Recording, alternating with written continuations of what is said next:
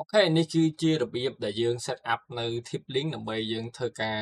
អាចដាក់ message remark ពីគ្រប់ធនាគារហើយមួយវិញទៀតគឺយើងធ្វើការ support នៅ feature ថ្មីគឺ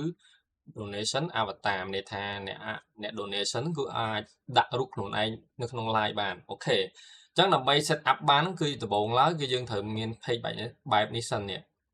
យើងត្រូវមាន semion/add beside អញ្ចឹងដើម្បីបាន donation page ហ្នឹងគឺយើងត្រូវធ្វើទៅតាម link នេះមួយគឺយើងត្រូវចូលទៅកាន់ APA merchant របស់យើងហ្នឹងនេះឥឡូវខ្ញុំបញ្ចូលកន្លែងនេះតិចចឹង outlet របស់យើងហ្នឹងគឺយើងមានដំបូងឡើយគឺយើងបង្កើតមកគឺមានតែមួយទេគឺអាហ្នឹងយើងសម្រាប់ដាក់មួយ stream neon client នេះចឹងនៅពេលដែលគេបាញ់តាមរយៈ QR ឬក៏ payway link ហ្នឹងគឺវា load ចូលក្នុងនេះហ្នឹងហើយអញ្ចឹងដល់ពេល load ចូលក្នុងហ្នឹងហើយគឺវា load ចូលនៅខាង line ខាងក្រោមនេះអូខេចឹងដើម្បីកុំឲ្យវា load មកជាន់គ្នាយើងត្រូវបង្កើត outlet ថ្មីអូខេចឹង outlet ថ្មីគឺថាយើងផ្ដាច់គ្នាចេញពីក្នុងតែនិយាយទៅលុយហ្នឹងគឺចូលកង់ដដែលទេគ្រាន់តែថាយើងបង្កើតសាខាថ្មីដែលដាច់ចេញពីសាខាធំអីចឹងហើយសាខាថ្មីហ្នឹងក៏យើងអាច link ធ្វើការ link ជាមួយនឹងក្រុម Telegram មើល transaction អីបានដែរអាហ្នឹងបើយើងជាយើងចង់ដាក់អីចឹងណាហើយនេះនៅពេលយើងយក link យកអីហើយគឺយើងអាចធ្វើការប្រើនៅ tip live feed នេះហើយនៅពេលដែលបាញ់នៅពេលដែលគេបាញ់ពីនេះ tip function ហ្នឹង tip donation page ហ្នឹងណាគឺវា load ចូលនៅក្នុង tip live feed នេះអញ្ចឹងអានេះយើងអាចមើលបានអញ្ចឹងហើយឧទាហរណ៍ថាគេដាក់ hook នេះកន្លែងនេះគេដាក់ hook អញ្ចឹងនៅពេលគេដាក់ hook គឺត្រូវការ approve ពីយើងសិននេះគឺយើងអាចធ្វើការចុច preview បាននេះចុច view បានខ្ញុំចុចឲ្យមើលអញ្ចឹងនៅក្នុង OBS របស់ខ្ញុំចុចកន្លែងនេះមកនេះឃើញ hook ខ្ញុំអត់ហ្នឹងហើយថាអូខេ hook ហ្នឹងខ្ញុំពេញចិត្តឲ្យបង្ហាញនៅលើ live របស់ខ្ញុំបាទខ្ញុំអូខេបាទខ្ញុំចុច approve ឥឡូវយើងធ្វើការចុច approve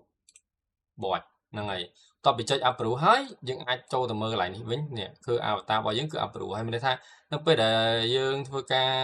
បាញ់ donation ទៅកាន់ streamer នឹងវានឹង load ហុកយើងហ្មងអូខេអានេះបើយើងអត់ពេញចិត្តយើងអាចធ្វើការ hide ឬក៏ដាក់ new ក៏បានដែរអូខេអញ្ចឹងដើម្បីបង្កើត outlet មួយនឹងបាន outlet ថ្មីនឹងបានសម្រាប់ function នេះ function tip នេះគឺយើងត្រូវការចូលទៅកាន់ app APA merchant របស់យើងហ្នឹងហើយយើងចុចកន្លែង manage business ដល់មកយើងចុចកន្លែងបូកនេះនៅខាងក្រោមនេះបូកបង្កើតថ្មីមកហ្នឹងហើយបន្ទាប់មកយើងអាចដាក់ឈ្មោះទេពសទ្ធាមួយអញ្ចឹងដាក់កតុយលេខ1ទៅប៉ុណ្្នឹងទៅតបមកអ្នកនរគ្នា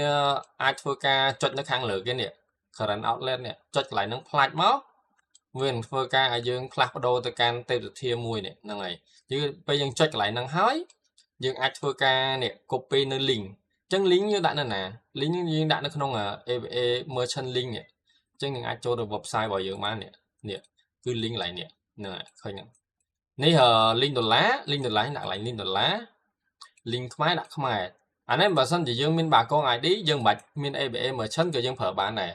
ងាយស្រួលមែនតើនេះគ្រាន់តែថាយើង swipe កន្លែងនេះយើងដាក់បាគងកន្លែងនេះមកហ្នឹងហើយអញ្ចឹងមានថាដល់ពេលគេបាញ់ចូលគឺបាញ់ចូលបាគងអូខេ